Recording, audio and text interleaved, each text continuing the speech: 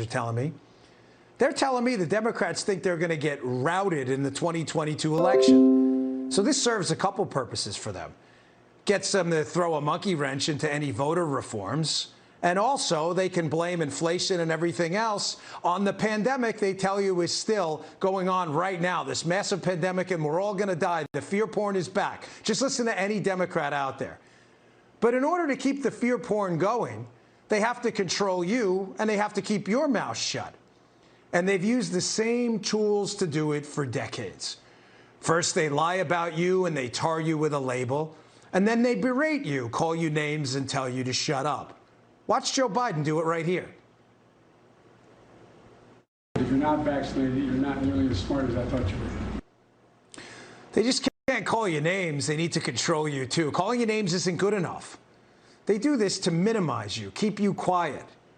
Here's the Democrats saying the quiet part out loud. They want control over you. We've got to shake people at this point and say, come on now. We tried voluntary. You know, we could not have been more kind and compassionate. The voluntary phase is over. We've given them lottery tickets. We've given people incentives all over the place. Football tickets, Krispy Kremes. Bribery didn't work, okay?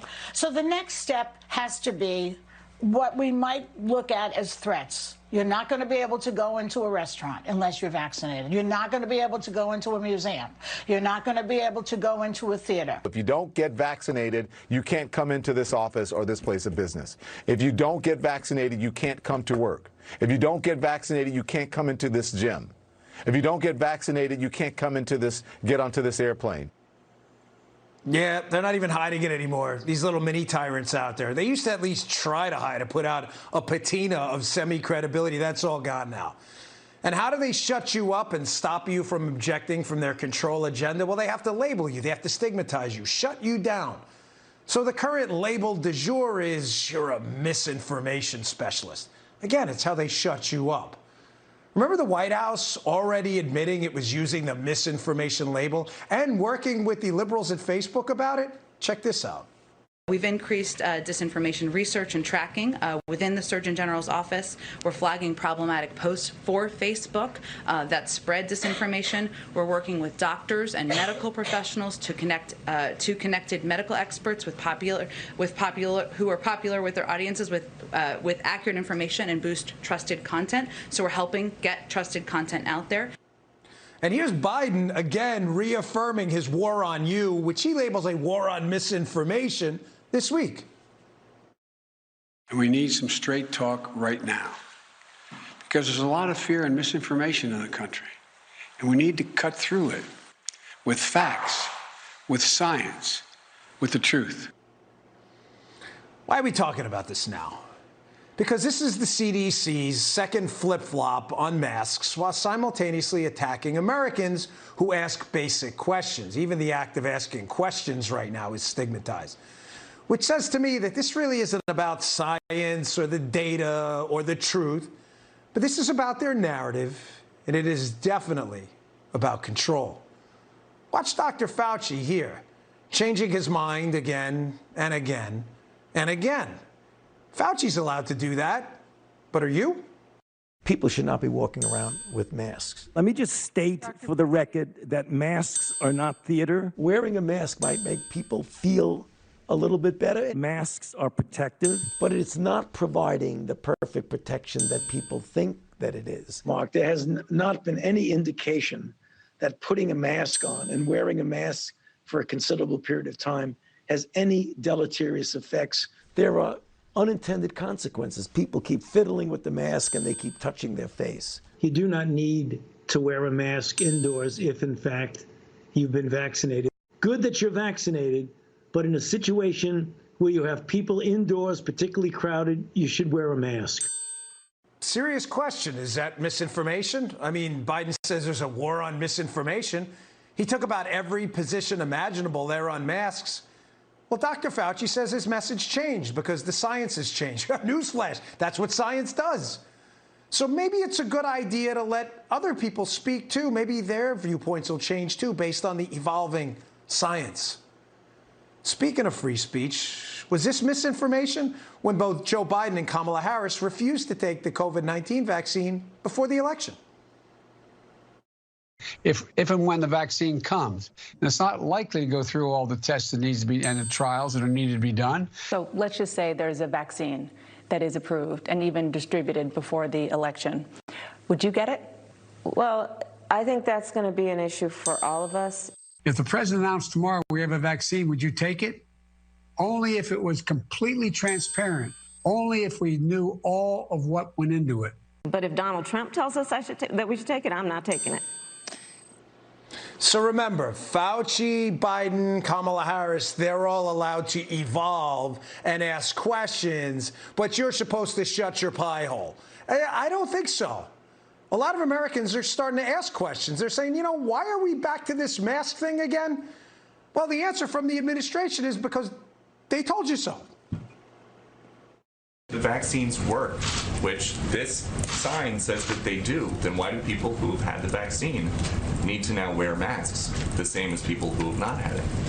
Because the public health leaders in our administration have made the determination based on data that that is a way to make sure they're protected, their loved ones are protected, and that's an extra step given the transmissibility of the virus. And while you're attacked and berated and treated like a second-class citizen by your government, you, the hardworking citizens of this country, a class of super citizens is being created before your eyes. Illegal immigrants who don't respect our laws, who don't need to even observe the same COVID protocols as you, and who reportedly don't need the same ID to fly. I can't think of a more corrosive, destructive policy. 2022's midterms can't come quickly enough. Here to discuss is Florida Governor Ron DeSantis. Governor, welcome to the show. We appreciate you joining us again. Great to be with you, Dan, as always. Thank you, sir. Governor, you've led the way on coronavirus sanity the entire time I live down here. I am a constituent of yours, a resident of Florida. What do you plan on doing about these new mask guidance edicts from the CDC? Is there any potential that we can have these mandates banned in Florida? I know you just had an executive order, but is there a legislative solution in Florida that's to ban the mandates, not ban masks, but to ban mandates? Well, we've already done it. I signed a law in June that terminates all the local government's ability to impose restrictions or mandates on individuals or on businesses. So that is not happening in Florida, and it certainly will not happen by me or at the state level as well. Now, the one area where we didn't necessarily legislate was with the school districts. And so last school year, some school districts had mask policy, others didn't. Many of our private schools had mask optional, same with charter schools. Dan, the results were no different. There weren't really major outbreaks no matter what. And so this coming school year, every district in Florida had planned on doing optional for masks. And I think that's the right policy. The CDC comes in and says every single person in a school, students, teachers, staff have to be masked at all times. That is not consistent with the evidence. That is not data-driven. And so you started to see one or two school districts say, hey, we're going to follow that and impose masks. So I just signed an executive order which says under Florida's Parents' Bill of Rights, the parents should be the ones to decide whether they want their kid to wear a mask in school. If you believe in that, if that makes you feel good and you want your kid, no one's stopping you. But that should not be imposed on everybody, and we got to give parents the choice. Dan, a lot of these kids suffered under wearing these masks. There's a lot of harms that come with it, and I think that we're basically empowering the parents to be able to recognize what's best for their kids. And I think in most instances, what's best for the kids from the parents' perspective is going to be go to school mask-free. Yeah, I'm sorry, Governor. I should have been specific about schools in that question. You're absolutely, obviously accurate about what you have done to combat these destructive mandates. And you've seen, Governor, even in blue-leaning counties in Florida like Broward, where they're looking at these mask mandates again, you're seeing, Governor, a grassroots effort. And by the way, as you know very well, Governor, it's not just amongst Republicans, but amongst Democrats' parents, too, who are saying, listen, I just want my kid to have a normal school year. Governor, the mortality rate, according to an op-ed by Dr. Marty Makary for kids who don't have comorbidities or diseases, the mortality rate from this virus is 0%. Yeah, and I think, Dan, one of the dangers I feel with having mandatory masks at this point, given the statistics you cite, I think a lot of those bureaucratic authorities are going to say, hey, we mask for COVID. Flu is more dangerous for kids than COVID. Maybe they need to mask the kids every flu season, and then it just never ends. And I think if the CDC had its way, I think they'd probably have kids in masks indefinitely. And you're right, Dan, this is not a partisan issue. Parents have to deal with this in real time. Just like last summer, there was such a hysteria because Florida was going to go to school in person 5 days a week, and the media was raising a ruckus and some of these other people. But I'll tell you, parents across the board, they wanted the ability to send their kids to school. And I think it's the same thing this year with the masks. They want to be able to send their kid. They want their kid to be able to be normal. And the schools are really the perfect place to do it because they're one of the lowest risk environments we have for COVID. And the data on that is very clear. You know, Governor, the irony here is that, one of the reasons you were elected originally was because you've been an open advocate for school choice, and a lot of minority parents supported you, many of whom traditionally voted Democrat.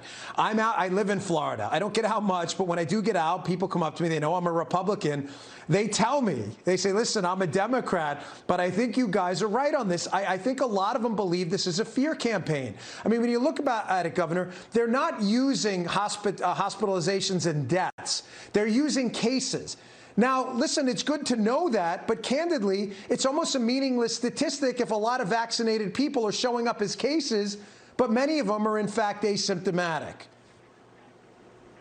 Exactly. And I think that's the thing. Like, I think the vaccines were sold that they'd prevent infections. I don't think that that's happened. I think a lot of people have tested positive who are vaccinated. But I do think it has helped, particularly elderly people, guard against really severe outcomes, including death. And so what you have is you have cases, you have a lot of people who are vaccinated testing positive, but they have an incredibly mild illness. Well, why would we want to just shut down society because of that? And I think nationwide, we are at one of the lowest points for daily reported mortality for the entire pandemic. And I think that's a reason why. So, yes, fear doesn't work. I think people are sick of that. I think they see that people have an agenda and they constantly want to do it. And Dan, you and I both know there are certain people who never want the hysteria to end for their own purposes, and we can't let them win. Florida's free. We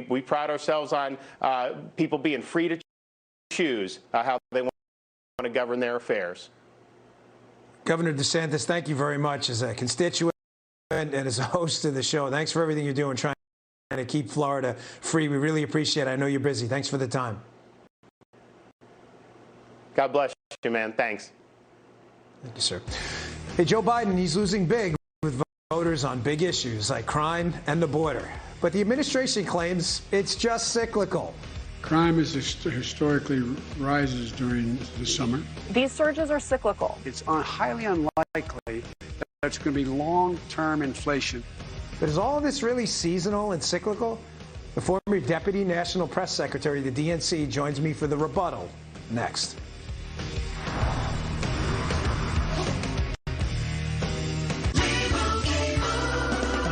Doug. So then I said to him, you ought to customize your car insurance with Liberty Mutual, so you only pay for what you need.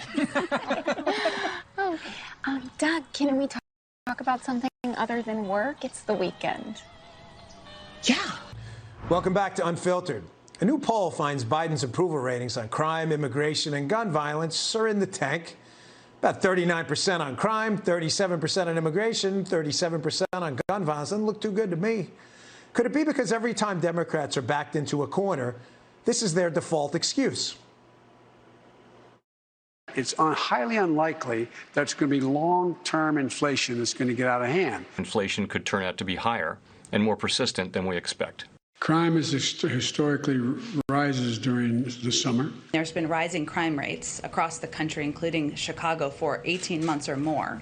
That, unfortunately, it's not going to turn on a dime.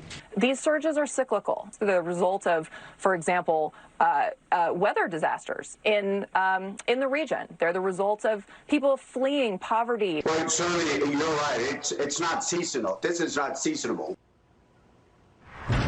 Joining me now for the rebuttal is former DNC Deputy National Press Secretary Jose Aristimuño. Jose, thanks for joining me. Really appreciate it. Thank you. So, Jose, is there a crisis at the border, or is this just a seasonal thing? Because the numbers don't marry up with these seasonal claims that the crisis is ebbed.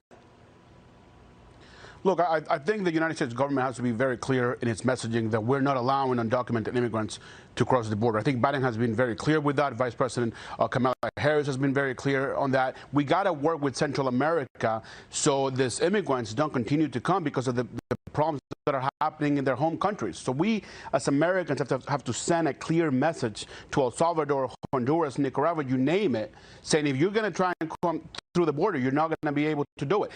Just this year, Dan, over 1 million apprehensions have happened at the border. So Biden has done everything he can in his power to fix the problem. Is it going to take time? Absolutely. Is it easy to solve? It's not. Trump couldn't solve it. So it takes all of government together, Republicans and Democrats, to work together to get it done. Okay, well, that's entirely inaccurate, Jose. I'm sorry you've been misinformed. You know, President Trump declared an emergency at the border as the coronavirus crisis hit last year. And you know what the illegal crossings, do you know what the number was by any chance? The number was 16,000 crossings. The number this month, and it's not even over yet, is 188,000. So what did Trump do right that Biden's doing wrong?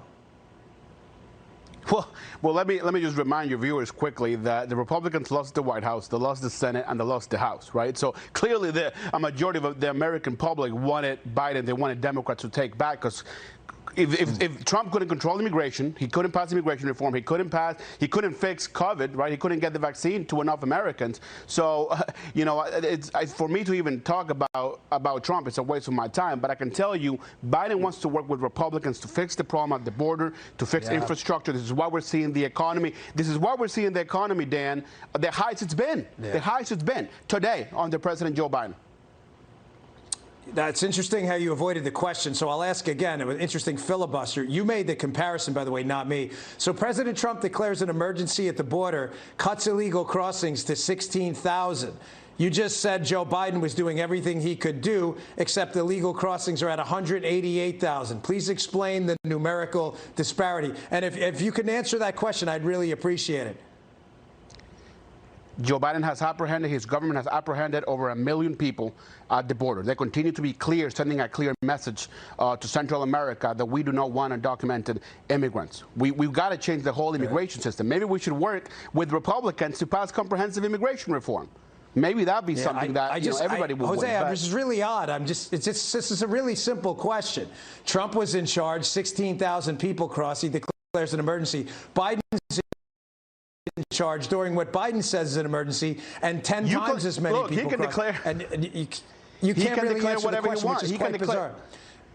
Yeah, okay, let me move on. He can declare whatever he wants on paper, but he didn't fix anything. Yeah. He didn't fix anything. He lost the election. Yeah. Okay. Whether he lost the election or not has nothing to do with the numbers I just told you. I guess you're not going to answer that. Do you agree with the Biden administration's policy that Canadians should not be able to enter the country unless it's an emergency or some business need right now? That's a policy they have going on right now with the Biden administration. How do you feel about that? Joe Biden he's been very clear when it comes to the science, when it comes to COVID-19, he's going to listen to the CDC and his recommendations. So he knows he's not the doctor, right? The CDC is the doctor, so they got to listen to them and do what's best for the country. But how do you feel about, I'm just curious, how do you feel about the Canadian borders closed? I'm asking you. You're an adult. You don't need Joe Biden to tell you what to say. The Canadian border is now closed. How do you feel about that? I trust, as an American, as a patriot, I listen to my doctors. I listen to the CDC. I listen to the institutions of this government. If the CDC says that the policy should be that, then that should be it. I'm going to listen to the American. I'm going to listen to the American government. I trust the government. So should we? Okay. So you're trusting. All right. Thank you.